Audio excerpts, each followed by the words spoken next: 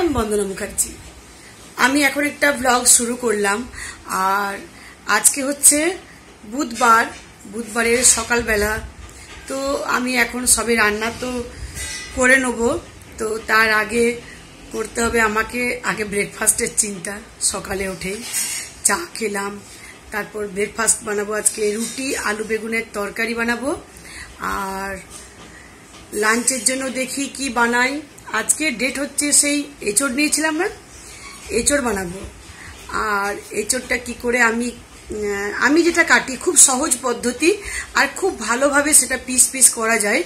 তো সেটা তোমাদের শিখিয়ে দেবো, কেননা তোমরা অনেকেই জানো, তোমাদেরও অনেক রকম হয়তো ভ্যারাইটিস কাটার নিয়ম জানা আছে, কিন্তু আমি যেটা করি সেটা সহজ পদ্ধতি আর খুব ভালো পিস পিস কাটা যায়। তো চলো আজকে এঁচড়টা কেটে নিই, তারপর আমি করব রুটি, তারপর একে একে ব্রেকফাস্ট করে একটু পরে রান্না করব। এত সকাল করব না, কেননা একটা করে করে জোগাড় করতে হবে। ব্যাস এই করে করে টাইম যাবে। তারপর সামনে পুকুরে মাছ ধরিয়েছে, তো সেই চারা ছোট্ট মাছ পেয়েছি, ওইগুলো করব। আর ওইগুলো সিমরন অতটা খায় না, তাই সিমরনের জন্য ডিম টিম কিছু করে দেব। আর আমি আর সিমরনের বাবা ওই মাছটা খাবো। তো আমিও ভালোবাসি না খুব একটা চারা মাছ, কিন্তু এই সময় কিছু উপায় নেই, বাড়ির সামনে যা কিছু পাওয়া যাচ্ছে তাই নিচ্ছি। তো চলো একটা একটা করে নিই।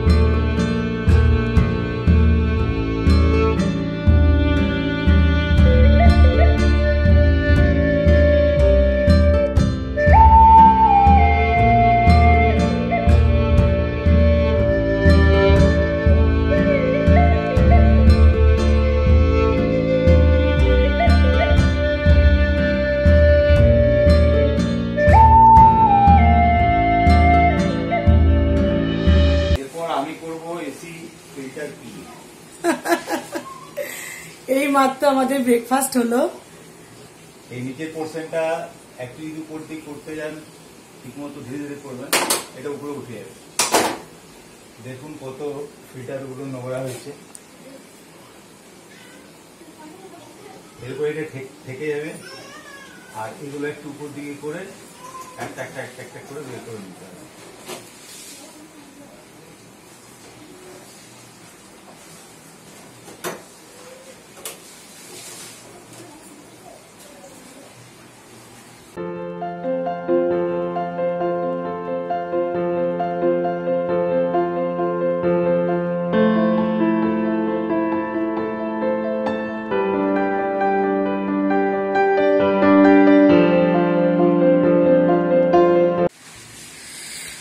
দেখো জালিগুলো কত নোংরা হয়েছে, এইগুলো ভেতরে ভেতরে প্রচন্ড ময়লা হয়েছে, এই যে বন্ধ হয়ে গেছে। এইগুলো ওয়াশ করবে আজকে আমার হাজবেন্ড, ওয়াশ করবে। তো আজকে বাড়ির কাজ করছে, বউ এত কাজ করছে, বাড়িতে যখন আছি কিছু তো করতে হবে। তো আসলে তুমি এটা করো, বরাবর এসি নেওয়ার থেকে ফিল্টারটা পরিষ্কার করে দেয়। তো ব্যাস, এবারে আমাদের ব্রেকফাস্টও হয়ে গেছে। আমি করবো এখন এঁচড়ের তরকারি, আমরা বলছি আমি করব। তো এঁচড়ের তরকারি করে তারপর আবার চান টান করে একেবারে কথা বলবো। তো গাইস, আমার ব্রেকফাস্ট হয়ে গেল, এবারে এঁচড়টা বানাবো। তো আমি আলুটাকে ভেজে নেব, আর এঁচড়টাকে বয়েল করে রেখেছি নুন হলুদ আর চিনি দিয়ে, একেবারে প্রেসারে এটা আমি করে রেখেছি।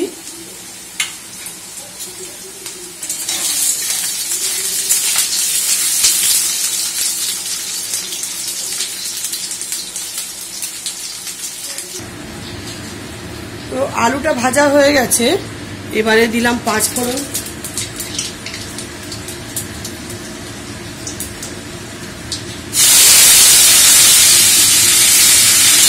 পেঁয়াজটা দিয়ে দিলাম,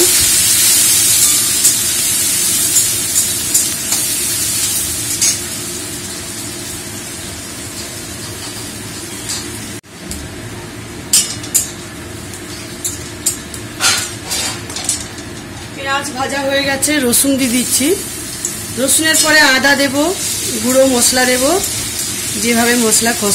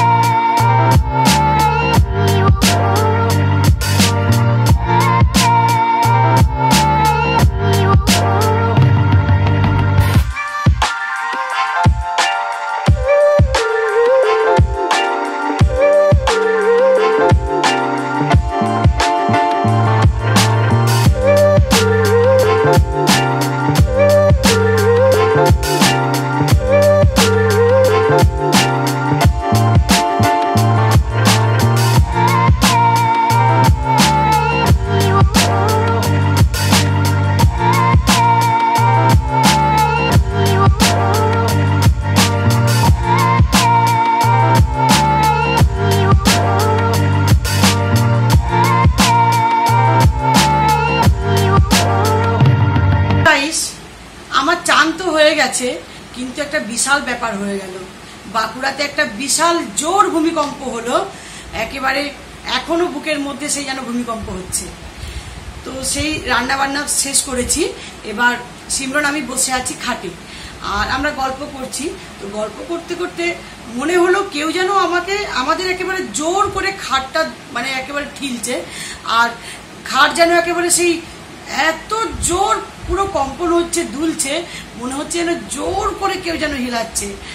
আর তখন সঙ্গে সঙ্গে বুঝতে পেরে গেছি, প্রথমটাতে কেমন একটা লাগে, তারপরে ভূমিকম্প ভূমিকম্প ভূমিকম্প করে সিমরন আমি একেবারে ছুট, ওর বাবাও ওপরে ছিল, ওর বাবাও নিচে এসে বেরিয়ে পড়লাম একেবারে বাইরে। তাও 7 টাক বাজানো হলো, তারপর চান করলাম।